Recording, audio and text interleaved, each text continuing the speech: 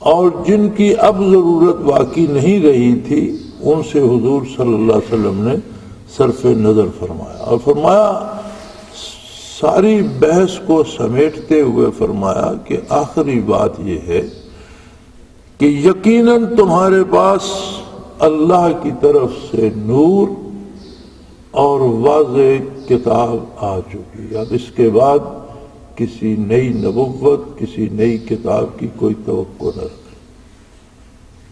جو آنا تھا، جس ہستی نے تشریف لانی تھی وہ تشریف لا چکا، ساری انسانیت کے لیے اللہ کا رسول تشریف لے آیا اور فرمایا جاءکم من اللہ نور۔ نور روشنی کے معنوں میں آتا ہے، رہنمائی کے معنوں میں آتا ہے، اور ظلمت گمراہی اور تاریکی کے معنوں میں آتی ہے۔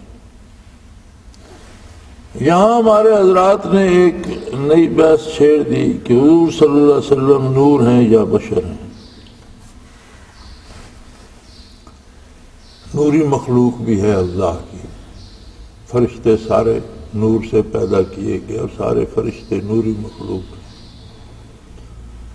بشر اولاد آدم علیہ السلام کو کہا جاتا ہے، اور تمام انبیاء علیہ السلام، تمام صلحاء، اللہ کے تمام مقرب بندے اولاد آدم میں سے ہیں اور سارے بشریت میں مشترک ہیں،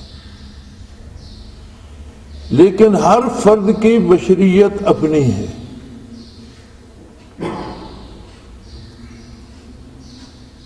فرمایا انما انا بشر مثلکم یوحی الی، میں بھی تمہاری طرح بشر ہوں، اولاد آدم میں سے ہوں، لیکن تم میں اور مجھ میں فاصلہ یہ ہے کہ میری بشریت بھی اتنی منزہ، پاکیزہ اور لطیف ہے کہ مجھ پر اللہ کا کلام نازل ہوتا ہے۔ اب وصول وحی کے لیے جو لطافت شرط ہے، جو تنزیہ اور پاکیزگی شرط ہے، وہ موجود ہے نبی علیہ السلام کی بشریت میں۔ تو بشر تو حضور بھی ہیں، لیکن خیر البشر ہیں، اور پوری کائنات میں کوئی دوسرا بشر آپ کی مثل نہیں۔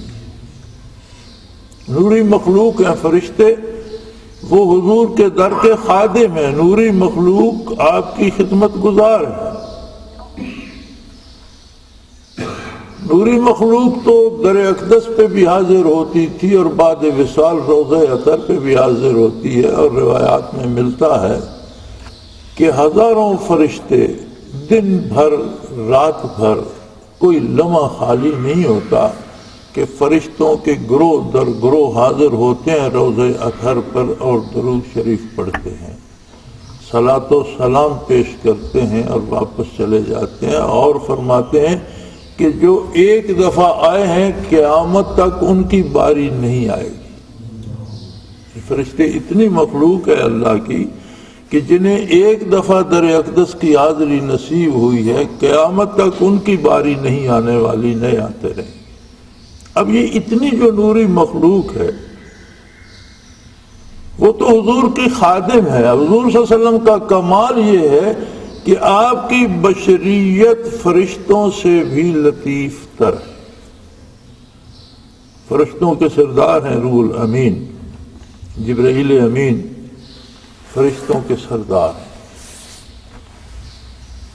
اور ان کا مقام بہت اعلیٰ ہے۔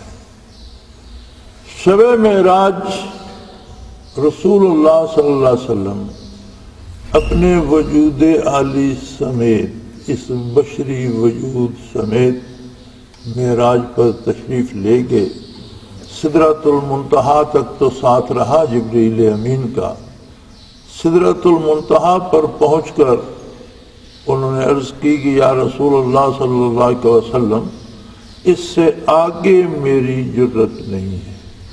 مولانا رومی نے اسے شعر میں ڈھالا ہے کہ اگر یکسر منہ برتر پرم فروغ تجلا بسوزت پر، اگر یکسر منہ برتر پرم، اس سے سر منہ بھی تھوڑا سا بھی اگر میں آگے قدم رکھوں، فروغ تجلا بسوزت پرم، تجلیات الہی مجھے جلا کر راکھ کر دے، میرے پر جل جائے۔ اس سے آگے آپ تشریف لے جائیے، اور یہ آپ کی سواری ہے جسے رف رف کہا گیا۔ وہ کیسی سواری تھی، وہ کیا تھا، وہ اللہ جانے، اللہ کا رسول صلی اللہ علیہ وسلم جانے، معراج پر بلانے والا جانے یا تشریف لے جانے والا جانے۔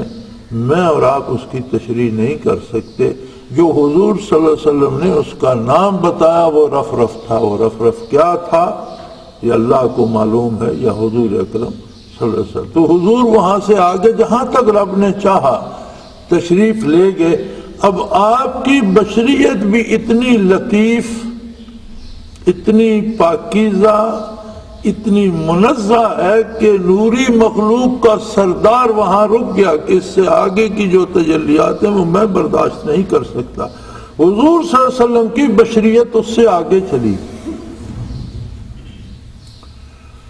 تو حضور صلی اللہ علیہ وسلم کو بشر نہ ماننا اتنا بڑا جرم بن جاتا ہے کہ بشریت کا انکار نبوت تک چلا جاتا ہے، کیونکہ تمام نبی نبوت عطائی بشریت کو ہی اللہ کریم نے فرمایا کہ مشرکین کہتے تھے کہ ہماری طرح کا بشر ہے، کھاتا پیتا ہے، چلتا پھرتا ہے، بازار آتا جاتا ہے، بیوی بچے ہیں، یہ کیسے نبی ہو سکتا ہے؟